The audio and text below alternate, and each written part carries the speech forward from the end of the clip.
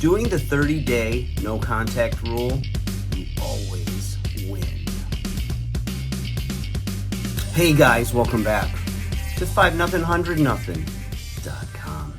I am Bucket, and that stands for the fittest underdog guru using intelligent tactics. I'm here for you guys, my undersized underdogs, right? Whether that's psychologically, physically, emotionally, whatever, okay? If you're undersized or you're not completely personally developed, but who is, right? We're all in a state of growth, and that keeps you humble because there's always something new to learn and grow from. So I want to talk to you guys today about the 30-day no contact rule. The first time I heard about this, I had just had a breakup, and it wasn't a breakup that I wanted. But leading up to this breakup, I think I had broken up with this person at least 6 times, over a period of time. And I always felt I had the power, whether I realized it now in hindsight or I realized it then.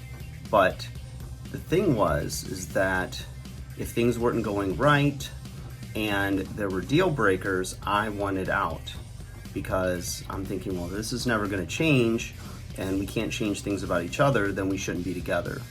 But she would always convince me to go back, right? So I guess whenever you continue to spoil somebody by, conforming or by, going back and never make them chase you at all, you kind of create a monster. And I'm using that, it's a little bit of a strong word. I don't think I was a monster, but I'm sure she would beg to differ. So here's what I'm talking about. I figure out, wow, this girl really not only broke up with me, but completely ghosted me. So I had no closure, I had no way to communicate, and I was not going to be a stalker, okay? So, I was weak for a week. Weak for a week. This reminds me of my joke. Hey, I got a week back. Hey, how long you had it? About a week back. That's my joke. Well, it's an old joke, actually. It goes back to the Stooges days when I was a way little tyke. Wasn't even born yet. Okay, back on track here. So, looking at feeling the pain, right, of not having closure, not understanding where this person got the strength from to now be able to resist me. So I started doing a search like most people do on YouTube and looking for content that was going to help me to either win back an ex or get over an ex, right? And that's where I came across the 30-day no contact, right? There's a lot of dating coaches, relationship coaches online.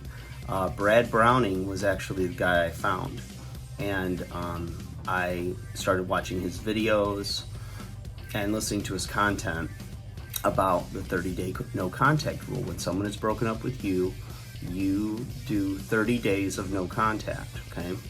Now that's only part of it, okay? There's also relationship coaches like Alpha Male Strategies, Corey Wayne. They all have a little bit of a different spin.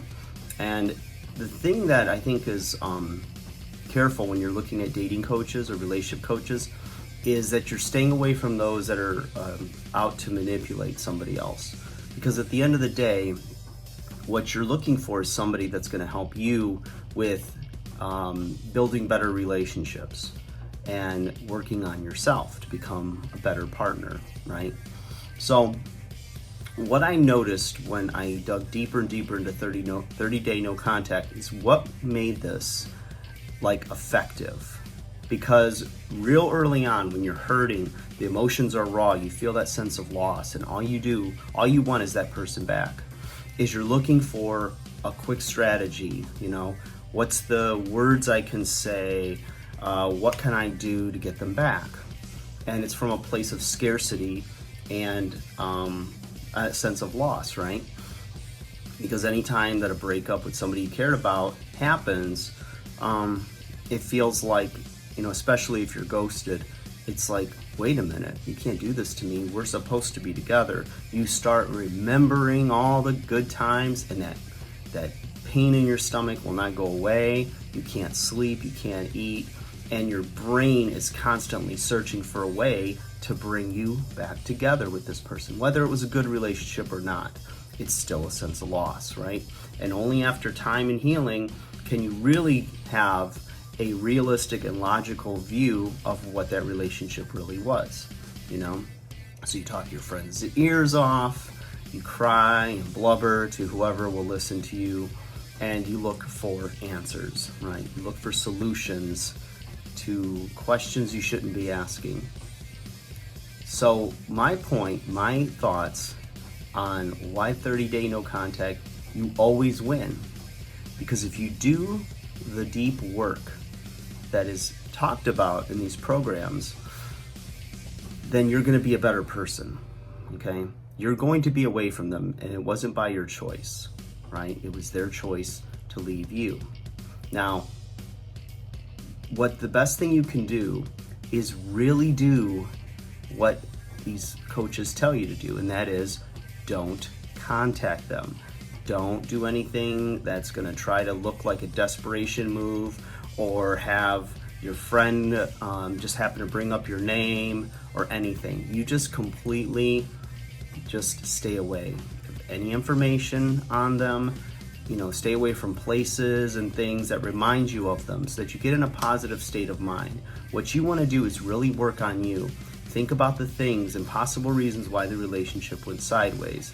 How can you be a better person, right? How can you be a better man that, you know, isn't going to be turned off by somebody and make them not want to be with you? You know, figure out who you really are.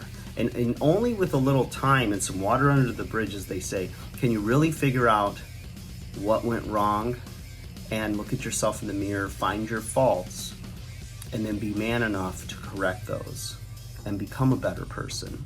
There's a lot of opportunity for personal growth, okay? Now, on surface level, you might look at 30 days and say, okay, I'm going to get buff, get in the gym, I'm going to work on getting my degree or getting a better job or getting a bigger place or a better car and all this stuff, right?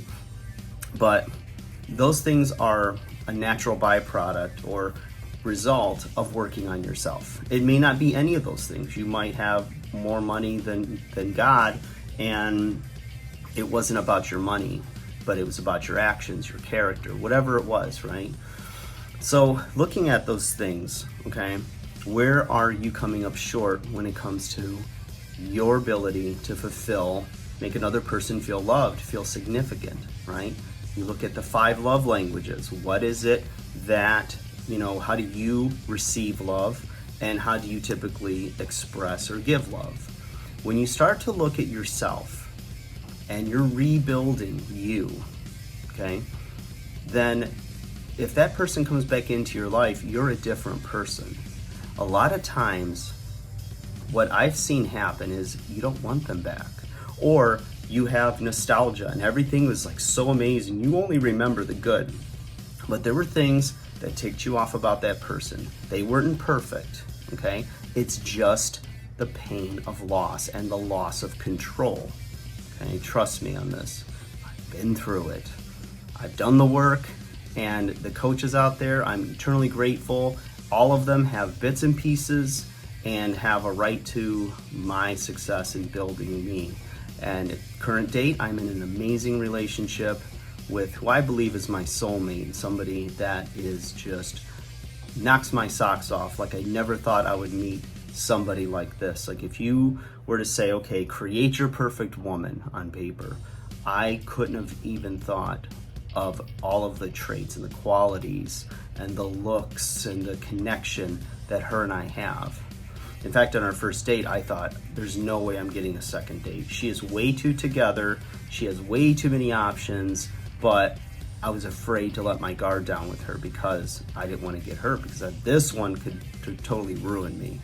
But our love grew, and to current date, I mean, we're almost at our year anniversary, and she's an amazing woman, and our relationship gets better every day. And there's always things to work on, but at the end of the day, when I look back at like no contact and going through all this stuff and personal development, that's where you win, because you fall in love with yourself again. You find yourself. You may never have known yourself, or you might have been a totally different person before this person came into your life, and you don't realize how much you've changed, maybe for better or worse, and in some cases both. How's that for a weird answer? So anyways, guys, if you have any questions or would like more videos on this, please leave me a comment, and like and subscribe or share to for somebody who needs this information, is going through a breakup. I know how you feel. It seems like the worst pain in the world, but you will be better. You have two paths. You can go down a path of destruction, or you can go down a path of self-improvement and a better life tomorrow. Because I trust me, you will see the sunshine again, and you will find somebody amazing again. It's not over with this one person. Like, share, subscribe.